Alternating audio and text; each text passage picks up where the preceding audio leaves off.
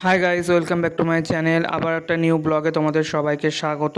আজকে আমার সকালবেলা শুরু হয়েছে হাতে ঝাঁটা নিয়ে।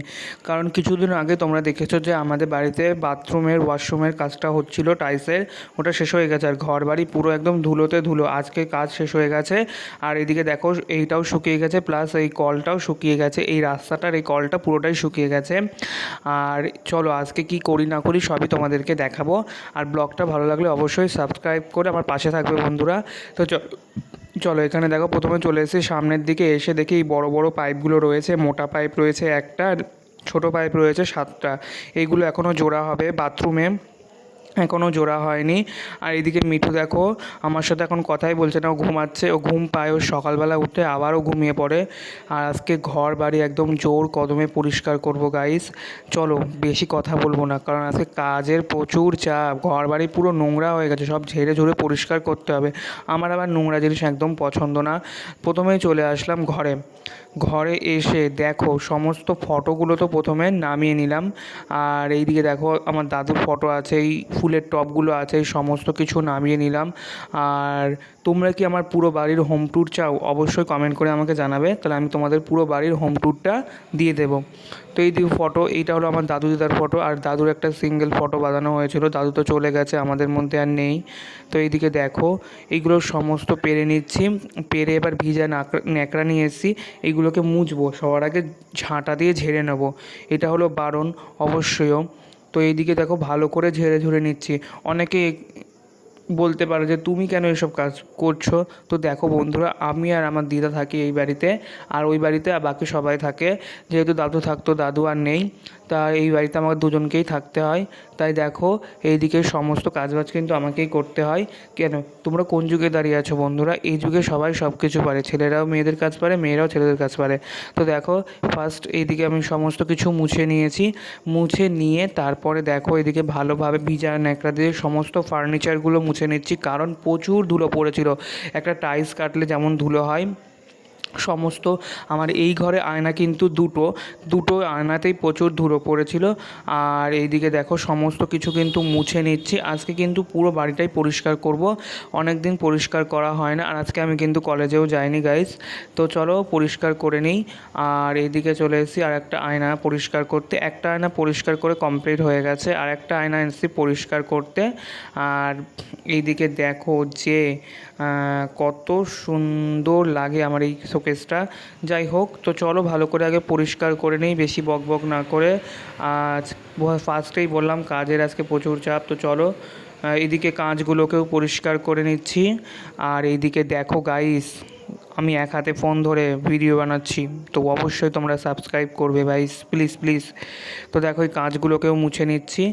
আর এই দিকে দেখো বাইরের আজকে ওয়েদার, কিছুক্ষণ পরে দেখো গাইস বৃষ্টি চলে আসবে। তার আগে আমি ঘরটাকে পরিষ্কার করে সমস্ত কিছু ভিজিয়ে রেখে দিয়েছি। ঘরের মানে ফার্নিচার যেগুলো চাপা দেওয়া ছিল, ঢাকনা বলে না, সেই ঢাকনাগুলো খুলে আমি আগে ভিজিয়ে দিয়েছি, সেইগুলোই কাচাকুচি করব। তার আগে এইদিকে এই ঘরটাও পরিষ্কার করে নিচ্ছি। ফার্স্টে এই দেখো এই ঢাকনাটা ভিজাতে আমি ভুলে গেছি। তো এইদিকে দেখো ঢাকনাগুলোকে খুলে নিচ্ছি। আর এই ঢাকনা মানে এই আলমারিটার ঢাকনাটা প্রচুর বড়, যার কারণে আমি এক হাতে ফোন ধরে খুলতে পারছি না। তাই যাই হোক, এইদিকে দেখো খুলে নিলাম। আর এই ঘরে কিন্তু আমার ঠাকুরও থাকে, প্লাস আমরাও থাকি, আমরা সবাই একসঙ্গে থাকি। যাই হোক, এইদিকে দেখো সমস্ত কিছু বার করে নিয়ে এবার আমি কিন্তু ভিজিয়ে দিলাম মানে সার্ফের জলে ভিজিয়ে দিলাম, অন্য কোথাও ভিজাইনি গাইস। তারপরে দেখো এদিকে প্রচুর নোংরা পড়েছে, দেখছো গাইস? এই দেখো প্রচুর নোংরা।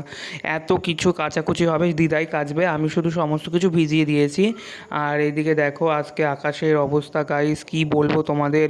ভেবেছিলাম তো সারাদিন রোদ হবে, কিন্তু এই কাচাকুচি করার পর দেখলাম যে ঝনঝনিয়ে বৃষ্টি আসলো। আর আজকের আকাশটা খুব সুন্দর, পেঁজা তুলোর মতন আকাশ।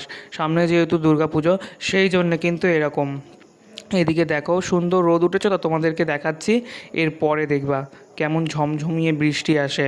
তার আগে দেখো কাচাকুচি করে আমি কিন্তু সবে মাত্র ছাদে গিয়ে এগুলো মেলে দিয়েছি। তার আগে দেখি কিছুটা পড়ে গেছে।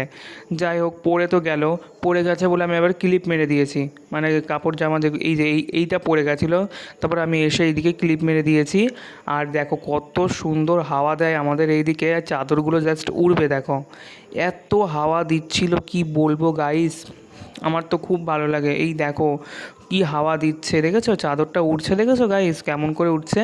তারপর এদিকে পাপোশগুলোও ধুয়ে সব মেলে দিয়েছি। আর এই পাপোশগুলো তো ধুয়েছি, এই পাপোশটা মেলবো। আর এই পাপোশটা পড়ে গেছিলো, তার জন্য এদিকে আমি আজকে পাপোশটাকে মেলে ইট চাপা দিয়েছি যাতে পড়ে অন্য কোথাও না চলে যায়। ফার্স্টে পড়ে পাশের বাড়ির ছাদে চলে গেছিলো এত হাওয়ার চোটে। তারপরে দেখো এই যে সেই যে বৃষ্টি, বললাম না গাইস বৃষ্টি আসবে, এই যে এক্ষুনি যেই আমি নিচে গেছি আর কোথায় যে মেঘটা বসেছিল গাইস আমার তো একটুও মনে নেই। এই মেঘটা যে আমার পুরো সর্বনাশ করে দিল, মানে এত কিছু কষ্ট করে যে কাচলাম সেগুলোকে ভিজিয়ে দিল, যার কারণে আমাকে দুবার করে ছাদে এসে আবার ওইগুলোকে নিংড়ে শোকাতে হয়েছে। এই দেখো ঝমঝমিয়ে বৃষ্টি, কেউ বলতে পারবে যে ওরকম রোদ ঝলমলে আকাশে এরকম বৃষ্টি কোথায় থাকে ভাই? আমি তো দেখে অবাক। তারপরে চলে এসেছি স্নান টান করে বাড়িতে, 2 নম্বর বাড়িতে এসে আজকে অনেক সাদা ফুল তুলেছি। আমাদের এই 2 নম্বর বাড়িতে কিন্তু সাদা ফুলের গাছ আছে, তো সাদা ফুলগুলো তুলেছি, তুলে দেখো চন্দনের ছিটা দিয়েছি।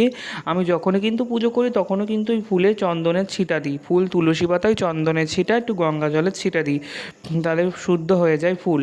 আর ফুল শুদ্ধ করা মন্ত্র আমি এখনও জানি না, জানলে তোমাদের সঙ্গে অবশ্যই শেয়ার করব। তার আগে আমার ঘরের ঠাকুরগুলোকে দর্শন করো। সবাই কমেন্টে বলবে জয় বড় মা, জয় মা তারা, জয় মা সাজের মা। তো দেখো সুন্দর লাগছে না আমার ঠাকুরগুলোকে? আমার ঠাকুরগুলোকে কিন্তু খুব সুন্দর, এই যে মহাদেব বসে আছে। তো চলো এতক্ষণ ধরে তো এই যে চন্দন বাটছিলাম আর তোমাদের সঙ্গে বকবক করছিলাম, এবার ফুল দিয়ে ঠাকুরকে সাজানো যাক। আরে আমি তো ভুলেই গেছিলাম, আজকে তো হলো মঙ্গলবার, মঙ্গলবার মানে মা তারাকে আলতা পরাতে হবে। আমি কিন্তু প্রত্যেক দিন আলতা পরাতে পারি না, যেহেতু আমার কলেজ থাকে, টিউশনি পড়া থাকে। আর শনিবার মঙ্গলবার করে আমি আলতা পরাই বড় মাকে, মানে মা তারাকে। এই যে মা চরণটা প্রথমে ধুয়ে দিয়েছি, তারপরে ফুল দিয়ে সাজিয়ে মা তারাকে আলতা পরিয়ে দিলাম। আর এই যে রাধা গোবিন্দ। হ্যাঁ, তোমাদের সঙ্গে শেয়ার করবো আজকে আমার বাড়িতে কী রান্না হয়েছে গাইজ। কী রান্না হতে পারে বলো তো? আজকে আমার বাড়িতে আমার মা আন্ডা কারি করেছে, মানে ডিম কষা করেছে। আমার মা এত সুন্দর ডিম কষা করে কি বলবো। আমি আমার মাকে বলছি যে মা তুমি একটা রান্না ভিডিও করো, কিন্তু আমার মা করছে না গাইজ, কী বলবো। যাই হোক, এইদিকে দেখো ডাল সিদ্ধ করেছে, আর এখানে করেছে হচ্ছে আন্ডা কারি। আর রাত্রে এসেছিলাম একটু মিঠুর জন্য ফল নিতে, আর এই ফলগুলো জাস্ট অসাধারণ। তো এই ব্লগটা তোমাদের কেমন লাগলো অবশ্যই কিন্তু আমাকে কমেন্ট করে জানিও প্লিজ, একটু সাপোর্ট করো। আর নিউ নিউ ভিডিও তোমাদের সামনে আসছে, তো তোমরা যদি আমার হোম ট্যুর চাও দেখতে অবশ্যই কিন্তু এই ভিডিওতে কমেন্ট করবে, তাহলে আমি তোমাদের আমার গোটা বাড়ির হোম ট্যুর দেখিয়ে দেবো। বাই বন্ধু।